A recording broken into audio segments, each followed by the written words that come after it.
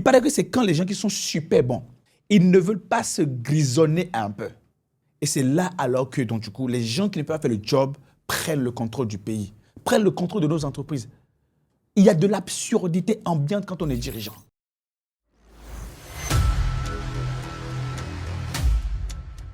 On m'a parlé d'un cas de quelqu'un qui il est devenu DG et il a décidé de supprimer la caisse noire. Et puis ensuite, ils ont eu un redressement fiscal. Et il dit aux gens, mais comment on fait ça? Il dit, vous aviez une caisse noire que vous avez faite. On aurait pu payer les lobbyistes et ils allaient faire le job pour vous. Donc, tu commences à aider un peu. Le poste de dirigeant, la position de dirigeant, le job de dirigeant, c'est une œuvre d'art. Quand tu prends une œuvre d'art, tu poses ça, tu ne changes rien. La plupart des gens veulent changer le job. Ils oublient que c'est eux qui doivent changer.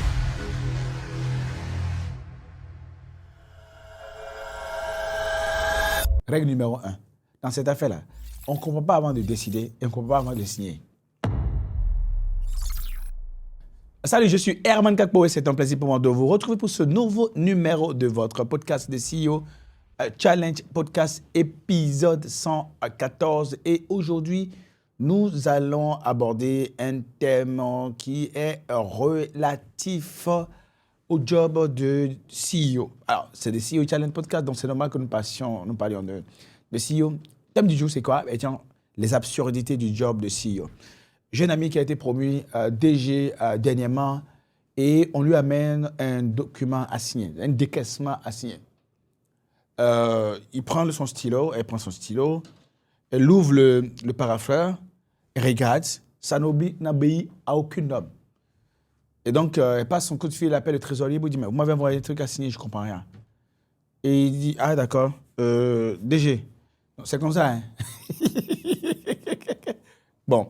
C'est comme ça qu'on a l'habitude de faire ça. Il dit, mais je ne comprends rien, d'accord. Il appelle le directeur financier. Le directeur financier vient pour dire, ah, ok, bon, c'est un truc qu'on a, donc voilà, on a trouvé une façon de l'habiller, et c'est comme ça, quoi. Bon, c'est tout simplement absurde, n'est-ce pas?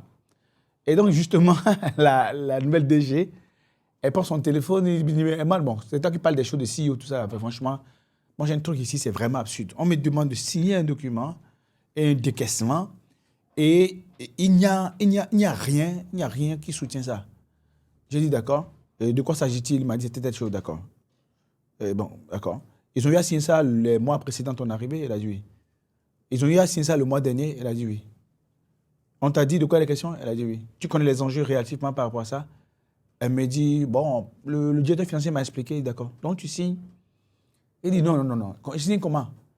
Je vais signer. Quelque chose que je ne comprends pas. Elle signé. Il dit, ma chérie, règle numéro 1. Dans cette affaire-là, on ne comprend pas avant de décider et on ne comprend pas avant de signer. Tu vas comprendre après. Donc, elle a insisté, donc elle a traîné sur 2 jours avant de signer le document, la validation. Et le deuxième jour, son président l'appelle. Son président l'appelle pour dire, vous allez bien, etc.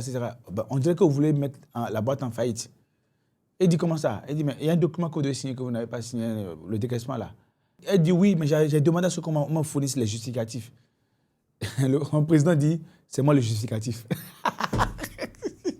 Non, mais l'une des choses qui arrivent aux gens, c'est qu'ils viennent en entreprise et puis ils découvrent les choses, quoi. Non, mais, et ça, c'est quelque chose que tu ne dois pas laisser cela arriver. Tu vois, c'est une fois que tu arrives au poste que tu découvres les choses. C'est pas bon, c'est pas du tout bon. Hein, c'est pas bon. Donc, tu fais preuve d'une naïveté. Donc, le président du conseil d'administration t'appelle et te dit, il faut que tu signes, sinon tu risques de mettre la boîte en faillite. Tu vois ce que je veux dire un peu? Et c'est maintenant que toi, tu comprends ces choses-là. C'est maintenant que tu comprends comment les choses se passent. Tu vois? Et quand tu découvres au poste de DG, ou au poste de directeur, ou de DGA, ou membre de comité de direction, comment les choses se passent. Je connais beaucoup de gens, hein, ils gesticulent. Ils sont contrôle de gestion, contrôle interne, manager audit, directeur de la trésor. Il y a même une personne que je connais qui était directrice de la trésor et qui a dit que dès que ça se passe là, non, elle ne peut pas. Elle ne peut pas durer dans ce truc-là, qu'elle veut pouvoir rentrer chez elle le soir et dormir. Vous connaissez l'histoire de la dame du Sénat, Natacha quelque chose là. Donc il paraît que, comment dire en Côte d'Ivoire, le président du Sénat nigérien a voulu l'agréer, quoi. C'est ta folle là. Astaghfirullah. Tu as voulu l'agréer. Donc, elle a go dit bon, et que si ça se passe bien, voilà, que maintenant qu'il est président du Sénat, il va arranger sa vie. Devant son mari même. Tu vois un peu. Et puis la dame, elle est choquée. Et puis elle en a fait une histoire mondiale, elle parle de ça sur les réseaux sociaux. Mais un truc que moi, je n'ai pas compris dans son affaire. Donc, si je comprends bien, c'est maintenant qu'elle découvre comment les choses se passent. À moins que elle ait toujours vécu ça et que finalement, elle a dit j'en ai ras-le-bol, voilà. Mais dans ce cas, tu n'as pas besoin, excuse-moi, c'est là le défi. Donc, tu n'as pas besoin de salir la réputation du pays comme ça. Mais tu vois ce que c'est un peu. Tu n'as pas besoin de salir la réputation du pays comme ça. Tu peux faire du lobbying pour que des gens qui sont plus puissants passent un coup de fil au président du Sénat pour qu'il arrête ton affaire.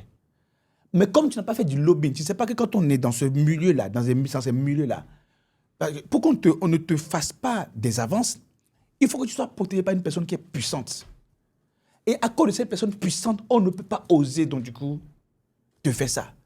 Donc du coup, si le président du Sénat a osé te le faire, et devant ton époux, c'est parce que tu n'as pas de bouclier. Est-ce que tu vois un peu? Tu n'as pas de bouclier. Tu as vu que tu es comme ça. Tu es exposé. Tu es sans défense. Tu vois, on peut t'entrer là-dedans sans aucun risque. La preuve, il a changé ton siège et tu protestes. Et maintenant, on dit on te suspend pour 6 mois. Et personne ne peut lui dire. Et puis, il dit, those who are okay, say hi. Et those who are not okay, say nay. Et les gens disent hi. Et puis, c'est fini. On a réglé ton truc. Parce que tu n'es pas protégé, tu es sans défense. Tu vois, il y a des choses absurdes qui arrivent dans le job de dirigeant. Il y a des gens qui découvrent ça. Les absurdités, tu reçois, on dit que vous devez contribuer à une opération du gouvernement pour X montant. On dit, mais qu'est-ce qu'on a à voir dedans? On dit, mais c'est comme ça. C'est une règle non écrite. Tu comprends? Et tes prédécesseurs ont fait. Tu vois? Par exemple, la plupart des présidents, quand ils prennent pause, ils ne comprennent pas à quoi sert la caisse noire. Ils ne comprennent pas à quoi sert la caisse noire. Et je connais un ami, on m'a parlé d'un cas de quelqu'un qui il est devenu DG et il a décidé de supprimer la caisse noire. Et puis ensuite, ils ont eu un redressement fiscal. Il faut arranger. Et il dit aux gens, mais comment on fait ça? Il dit, vous aviez une caisse noire que vous avez fermée. On aurait pu payer les lobbyistes et ils allaient faire le job pour nous. Donc, tu commences à dire un peu. Donc, le truc était là. Et comme on dit à HNC, le poste de dirigeant, la position de dirigeant, le job de dirigeant, c'est une œuvre d'art. Quand tu prends une œuvre d'art, tu poses ça. Tu ne changes rien. La plupart des gens veulent changer le job. Ils oublient que c'est eux qui doivent changer. Donc, le job de dirigeant, le job de dirigeant politique à un niveau élevé, comme le cas de la sénatrice Natacha, là. Et ce n'est pas que c'est une affaire compliquée. Et ce n'est pas dans quel game elle est. Elle est victime des absurdités gamiques du game du dirigeant. Elle découvre comment les choses se passent en général. Et ce n'est pas que ça a été comme ça. Tu vois, paix à son âme, c'est Samuel Bakayoko qui disait qu'il y a beaucoup de gens qui sont assez intelligents pour contribuer à la constitution d'un pays. Et ils ne veulent pas se mouiller. Ils ne veulent pas se salir. Donc, ils refusent d'assumer la direction politique d'un certain nombre de pays. Et c'est pour ça que la nature aurait du vide.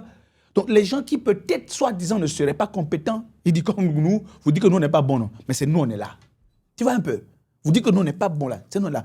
Il paraît que c'est quand les gens qui sont super bons, ils ne veulent pas se grisonner un peu. N'est-ce pas? Ils ne veulent pas se grisonner un peu. Et c'est là alors que, donc, du coup, les gens qui ne peuvent pas faire le job prennent le contrôle du pays, prennent le contrôle de nos entreprises. Il y a de l'absurdité ambiante quand on est dirigeant. Il faut faire avec, on combine avec. Quelqu'un dit, ben non, c'est une façon de vendre son âme au diable. Mais je vais dire quelque chose de très important. Il paraît que lorsque les faux prennent le pouvoir, les sages se cachent. Mais qu'est-ce qui se passe si les sages prennent le pouvoir? Les faux se cachent. Comme le disait Albert Tévodre, paix à son âme, il disait, lorsque l'intelligence déserte le forum, la médiocrité s'installe et tout se transforme en dictature. Tu vois?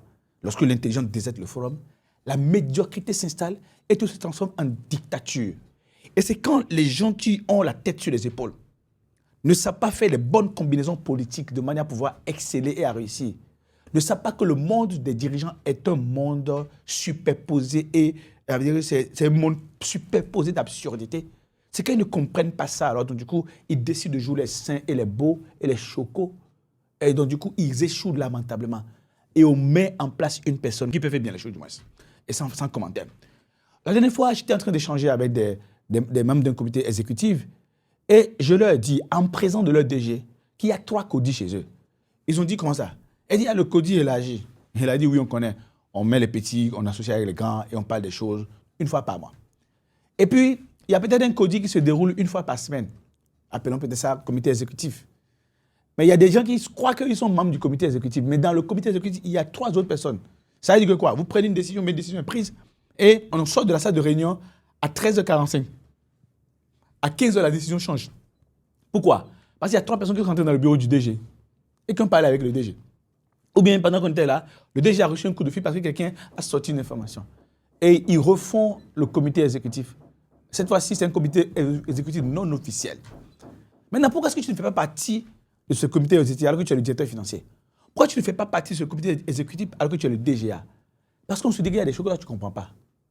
C'est trop absurde pour toi. Tu n'es pas à l'aise avec. Mais eux, ils doivent faire avec. Donc, ils prennent la décision et puis, bon, on te dit, tu subis la décision. Ça se déroule devant toi, sous ton nez et ta barbe. Et tu ne peux rien faire parce que tu ne sais pas combiner avec les absurdités. En fait, je ne sais pas à quel point vous avez besoin d'optimiser, d'upgrader votre maturité politique. Mais j'ai quelque chose de très important, une opportunité extraordinaire pour vous. En matière de gestion géopolitique, il faut savoir que tout est absurde, n'est-ce pas? Tout est absurde. Est-ce que tu comprends que quand on est dirigeant, l'adversité, l'absurdité, la difficulté, okay, l'animosité font partie de ton karma de dirigeant? C'est quand tu comprends ça que tu commences à faire la différence. Et nous, à HNC, nous travaillons avec les dirigeants, nous assurer de ce qu'on leur demande par appeler ce qu'est la même façon de procéder pour avoir le bon mindset, pour pouvoir combiner avec. On a écrit un livre qui s'appelle La vie de CEO. Je ne sais pas si tu as lu ça, c'est un livre que j'ai écrit avec mon collègue Zoumana Koulibaly. Donc, il est maintenant le CEO de HNC Executive Education. Et nous avons écrit ce livre qui va te permettre de découvrir. C'est un livre de plus de 300 pages pour découvrir les vraies réalités des dirigeants. Si tu veux savoir comment l'écosystème politique autour des entreprises, comment ça fonctionne, je t'invite solennellement à notre Executive Leadership Workshop qui aura lieu du 26 juin au 2 juillet à Cape Town, en Afrique du Sud, au Marriott Hotel. Et le workshop sera bien sûr en français. Nous allons parler de gestion des parties prenantes, jeux politiques, mobilisation des acteurs clés et gestion optimisée de la relation avec le conseil d'administration. On a encore la possibilité de pouvoir s'inscrire à ce workshop sur le site www.nestceoworkshop.com. On se parle très vite pour une nouvelle opportunité et pour un nouveau numéro de votre podcast, The CEO Challenge Podcast.